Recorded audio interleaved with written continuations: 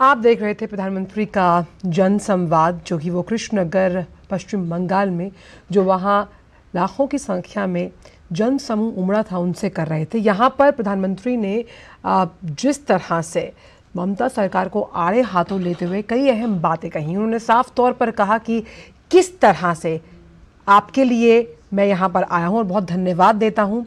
उन्होंने कहा कि इस बार एनडीए सरकार 400 के पार और वो चाहते हैं कि जो जन समूह यहाँ उमड़ा है उन्हें इतना प्यार देने के लिए। साथ ही उन्होंने कहा कि टीएमसी सरकार ने जो बंगाल की जनता है उसके साथ विश्वासघात किया, उसे निराश किया है। और उन्होंने कहा कि टीएमसी का मतलब ही अत्याचार और विश्वासघात है। जिस तरह से ये पार्टी आई थी लोगों के लिए, वो अब इस मतलब को भूल चुकी है। इसका साफ तौर पर परिचायक टीएमसी का अब भ्रष्टाचार और परिवारवाद है। प्रधानमंत्री ने यह भी कहा कि टीएमसी जो है वो बंगाल के लोगों को विकास से दूर रखना चाहती है, उन्हें गरीब बनाए रखना चाहती है। और मोदी की गारंटी का मतलब ही गारंटी पूरे होने की गारंटी है, जिसका जिक्र प्रधानमंत्री ने यहाँ कहा। और प्रधानमंत्री की यह हुंकार दीदी के गढ़ में, जहां टीएमसी को अब एम्स बन जाने से भी दिक्कत है। जो बेटी बचाओ बेटी पढ़ाओ स्कीम है वो तक पहुंचने नहीं दी। स्कीम को स्कैम में बदलना टीएमसी का नेचर ऑफ वर्क है। और पहले कमीशन फिर परमिशन, ये टीएमसी की नीति है काम करने की। भाजपा का स्वास्थ्य सेवा सुधारने के लिए निरंतर प्रयास जारी है। भाजपा यहां पर लोगों के लिए काम करना चाहती है, उनके विकास के लिए काम करना चाहती है। साथ ही सरकार ने जूट की खेती और उद्योग दोनों ही बर्बाद कर दिए। जो एक क्षेत्र है वो कितना अहम है जूट की खेती के लिए, लेकिन सरकार ने उस पर कोई ध्यान नहीं दिया और वो बर्बाद हुआ। 3 लाख से अधिक किसानों को जूट के सर्टिफाइड बीज दिए गए। और साफ तौर पर यहां पर यह भी प्रधानमंत्री ने कहा कि युवाओं को की जो अनदेखी की गई है। मां माटी मानुष सभी टीएमसी के कुशासन पर रो रहे हैं। महिलाओं की सुरक्षा की अनदेखी हुई है। संदेश खाली को लेकर एक बड़ा बयान उन्होंने दिया। उन्होंने कहा कि बहनों की टीएमसी सरकार ने एक नहीं सुनी, जब खुद मुख्यमंत्री एक महिला हैं और टीएमसी संदेश खाली के गुनाहगार का संरक्षण कर रही है। यानी कि कब किसे अरेस्ट करना है ये सरकार डिसाइड करती है। जो आड़े हाथों तीखा प्रहार करते हुए प्रधानमंत्री ने वहां पर ममता बनर्जी सरकार को फटकारा। टीएमसी केंद्र की कल्याणकारी योजनाओं को लागू नहीं करती। लगातार जो तमाम योजनाएं केंद्र करता है जनहित और लोकहित से जुड़ी, उसका फायदा लोगों तक नहीं पहुंचता। स्कीम को स्कैम में बदलने की मास्टरी है ममता बनर्जी सरकार की। यानी ये लोग गरीबों का राशन लूटने से पीछे नहीं है। और इसीलिए उन्होंने कहा कि सभी 42 सीटों पर अब जो वोट प्रतिशत है वो बढ़ना चाहिए। टीएमसी का मतलब अब सिर्फ करप्शन रह गया है। ये बड़ी बातें प्रधानमंत्री ने अपने इस संबोधन में कही है। और आइए कुछ दिल्ली चलते हैं नई दिल्ली के विज्ञान भवन, जहां केंद्रीय गृह मंत्री अमित शाह राष्ट्रीय शहरी सहकारी वित्त और विकास निगम लिमिटेड की शुरुआत कर रहे हैं। देश का जो राजनीतिक परिदृश्य है और उसमें माननीय गृह मंत्री और सहकारिता मंत्री श्री अमित शाह जी की, चलिए इस कार्यक्रम से जुड़ी तमाम अपडेट्स हम आपसे साझा करेंगे, लेकिन वक्त एक छोटे से ब्रेक का है। इससे पहले साल बरस और सदी नहीं, एक युग गुजर जाएगा। उम्र न पूछो वंडर की, जब फर्क नजर आएगा। वंडर सीमेंट, फर्क नजर आएगा। यारो, शादी तो मैं प्रीति से ही करूंगा। कॉलेज टॉप करके अच्छी सी नौकरी लूंगा, झट से प्रीति को प्रपोज कर दूंगा और फैमिली हॉलिडे स्पेन में। वाह यार, मैं तेरी प्लानिंग का बड़ा फैन। तू आज ही एसबीआई में अपना सेविंग्स अकाउंट ओपन कर ले और अपने स्पेन हॉलिडे की सेविंग शुरू कर। एसबीआई सेविंग्स अकाउंट के साथ पाइए सेफ, सिक्योर, कन्वीनियंट बैंकिंग और ग्रेट कस्टमर सर्विस। एसबीआई, देश का फैन। मोदी सरकार की गारंटी, भारत होगा गरीबी मुक्त। 9 सालों में 25 करोड़ लोगों को गरीबी से बाहर निकाला। हमारा संकल्प, विकसित भारत। ब्रेक के बाद सभी का स्वागत। और हमने देखा कि इस जन संवाद से पहले प्रधानमंत्री ने लगातार दूसरे दिन भी पश्चिम बंगाल में हजारों करोड़ की विकास परियोजनाओं की सौगात बंगाल वासियों को दी। पश्चिम बंगाल ने नादिया जिले के कृष्णनगर में बिजली, रेल और सड़क से जुड़ी 15,000 करोड़ रुपए की परियोजनाओं का शुभारंभ और शिलान्यास किया। प्रधानमंत्री ने रघुनाथपुर थर्मल पावर स्टेशन चरण 2 की आधारशिला रखी। साथ ही देश की ऊर्जा सुरक्षा को मजबूत करने की दिशा में इसे एक अहम कदम बताया। प्रधानमंत्री ने मेजिया थर्मल पावर स्टेशन के यूनिट 7 और 8 की फ्लू गैस डीसल्फराइजेशन प्रणाली का भी शुभारंभ किया। प्रधानमंत्री ने NH-12 के फरक्का रायगंज खंड की 4 लेन सड़क परियोजना का भी उद्घाटन किया। 1986 करोड़ रुपए की लागत से विकसित ये परियोजनाएं उत्तर बंगाल पूर्वोत्तर क्षेत्र के सामाजिक आर्थिक विकास में योगदान देंगी। प्रधानमंत्री ने 940 करोड़ रुपए से अधिक की 4 रेल परियोजनाएं भी राष्ट्र को समर्पित की। रेल कनेक्टिविटी में सुधार और माल ढुलाई में सुविधा के लिए इन परियोजनाओं को अहम माना जा रहा है। प्रधानमंत्री ने पश्चिम बंगाल को देश का पूर्वी द्वार बताते हुए ये भी कहा कि इस की वजह से प्रगति की अपार संभावनाओं का ये प्रवेश है और इसीलिए राज्य को विकसित बनाने के लिए केंद्र सरकार हर संभव प्रयास कर रही है। आइए आपको सुनवाते हैं। पश्चिम बंगाल हमारे देश के लिए, देश के कई राज्यों के लिए पूर्वी द्वार का काम करता है। पूरब में इस द्वार से प्रगति की अपार संभावनाओं का प्रवेश हो सकता है। इसलिए हमारी सरकार पश्चिम बंगाल में रोडवेज, रेलवेज, एयरवेज और वाटरवेज की आधुनिक कनेक्टिविटी के लिए काम कर रही है। प्रधानमंत्री ने साथ ही रेलवे को पश्चिम बंगाल के गौरवशाली इतिहास का अहम हिस्सा बताते हुए कहा कि आजादी के बाद पश्चिम बंगाल उस तरह से तरक्की नहीं कर पाया जिसका वो हकदार था।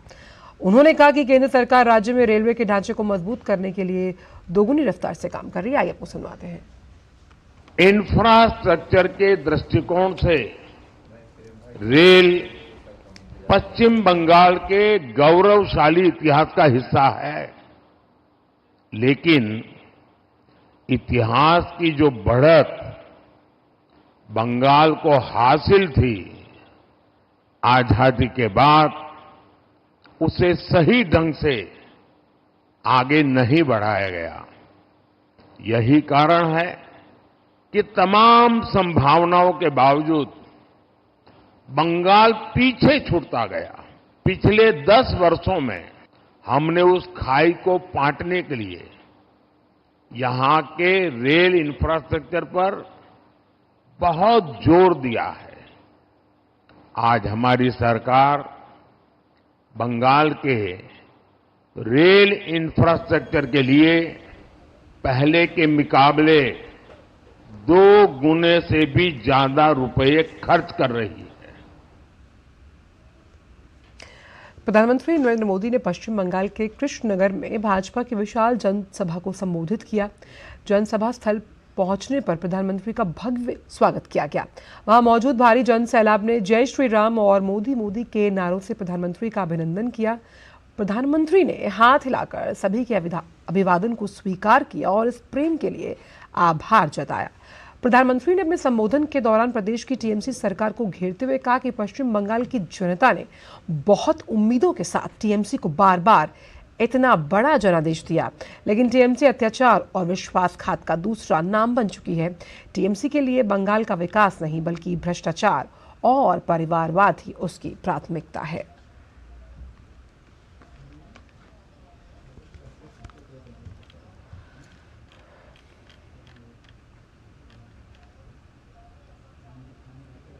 यहां जिस तरह टीएमसी की राज्य सरकार चल रही है, उसने बंगाल को निराश कर दिया है।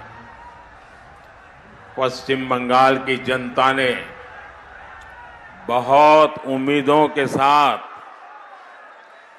टीएमसी को बार बार इतना बड़ा जनादेश दिया है, लेकिन टीएमसी अत्याचार, और विश्वासघात का दूसरा नाम बन गई है। टीएमसी के लिए बंगाल का विकास नहीं बल्कि भ्रष्टाचार और परिवारवाद ही प्राथमिकता है। टीएमसी माने विश्वासघात, अत्याचार, टीएमसी माने भ्रष्टाचार, परिवारवाद। टीएमसी बंगाल के लोगों को गरीब बनाए रखना चाहती है। प्रधानमंत्री ने संदेश खाली मामले पर टीएमसी सरकार पर हमला बोलते हुए कहा कि बंगाल में स्थिति यह है कि यहां पुलिस नहीं बल्कि अपराधी तय करते हैं कि उन्हें कब सरेंडर करना है और कब गिरफ्तार होना है। बंगाल में स्थिति ये है कि यहां पुलिस नहीं बल्कि अपराधी तय करते हैं कि उन्हें कब सरेंडर करना है, कब गिरफ्तार होना है।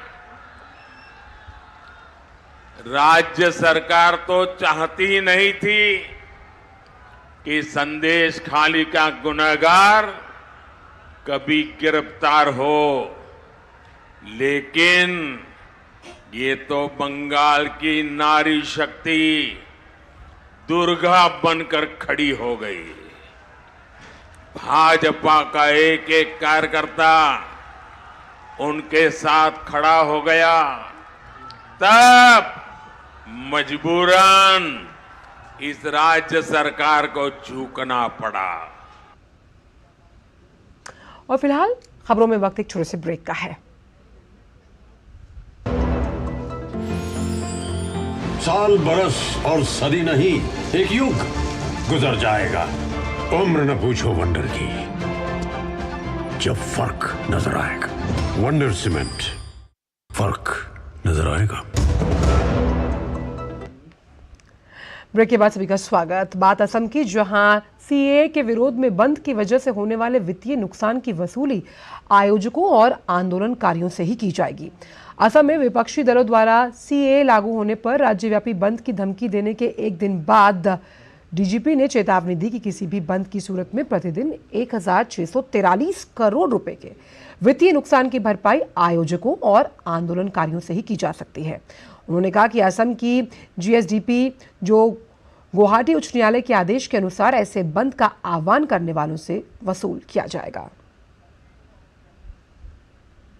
बेंगलुरु कैफे विस्फोट पर कर्नाटक के उप मुख्यमंत्री डीके शिव कुमार ने कहा कि सरकार निष्पक्ष जांच के लिए पूरी तरह प्रतिबद्ध है। सीसीबी मामले की जांच कर रही है। जांच एजेंसियां पूरी स्वतंत्रता के साथ मामले की जांच कर रही हैं। The government is very much committed to come out with a clean, fair investigation. We have given free to all the police authorities. CCB is investigating the matter. 7-8 groups has already been set up. They are on the job. They are trying to trace the culprit. We will know about it. We have left them free. But fortunately, I think no major incident has happened.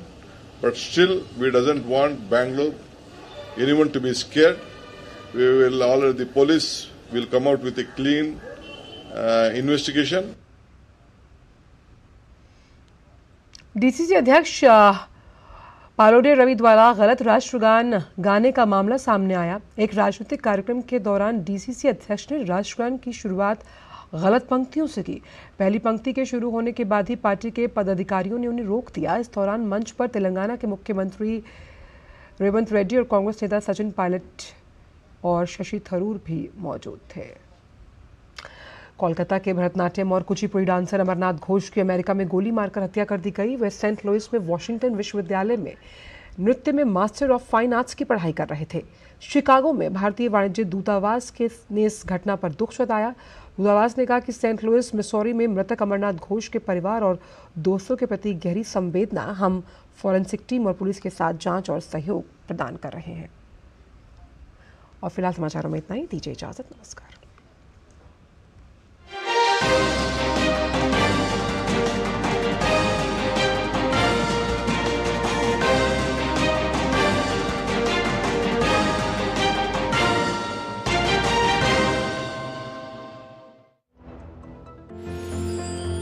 साल बरस और सदी नहीं, एक युग गुजर जाएगा। उम्र न पूछो वंडर की, जब फर्क नजर आएगा। वंडर सीमेंट, फर्क नजर आएगा।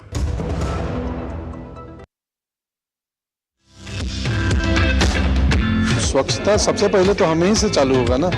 अपने घर को हम ही साफ करेंगे ना, सरकार आके थोड़ी करेगी। सरकार तो बाहर का करेगी, तो हम अपने घर आसपास की सफाई की जिम्मेदारी हमारी ही है। अपना शौचालय खुद साफ करने में कोई शर्म नहीं होनी चाहिए। मैं चाहता हूं कि देश का हर व्यक्ति नागरिक स्वच्छता वॉरियर हो जाए। मैं हूं नवाजुद्दीन सिद्दीकी। जुड़िए डीडी न्यूज की मुहिम स्वच्छता वॉरियर से। जुड़िए डीडी न्यूज की पहल स्वच्छता वॉरियर से। आप डीडी न्यूज के तहत अपने आप को इससे जोड़ सकते हैं और बनिए स्वच्छता वॉरियर। नमस्कार, मेरा नाम है श्वेता बासु प्रसाद। मैं सपोर्ट करती हूँ डीडी के इनिशिएटिव स्वच्छता वॉरियर को। दूरदर्शन डीडी का जो मूवमेंट है, सारा हिंदुस्तान इसमें जुट जाए। आप लोग हैं स्वच्छता वॉरियर, डीडी न्यूज के इस मुहिम से जुड़िए और हमारे देश को स्वच्छ बनाइए। क्या आप हैं स्वच्छता वॉरियर? प्लीज डीडी न्यूज से जुड़िए। Hi, my name is Kartiki Gonsalves and everyone is a swachhata warrior.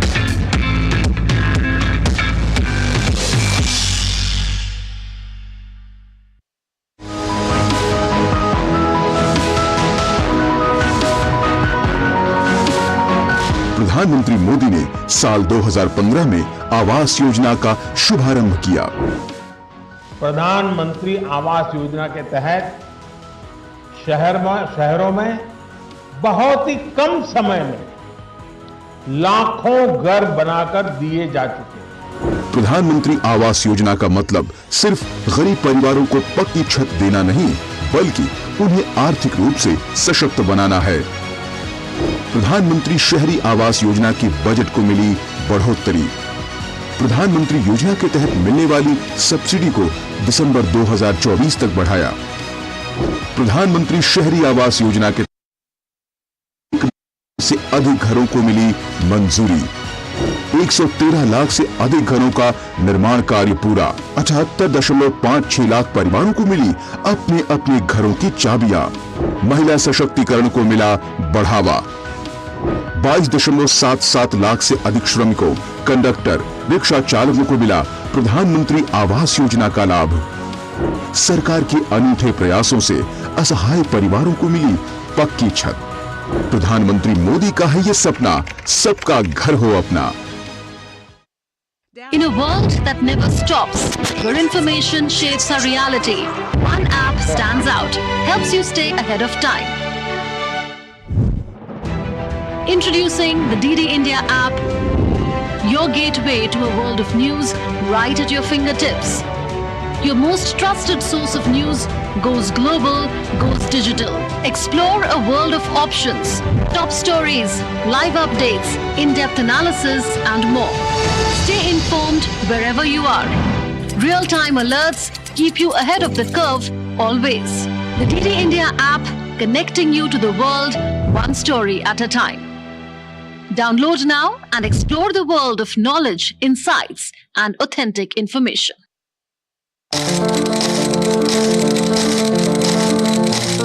घर घर जल, हर घर नल बना रहा भारत और भारतीयों का बेहतर कल। 2000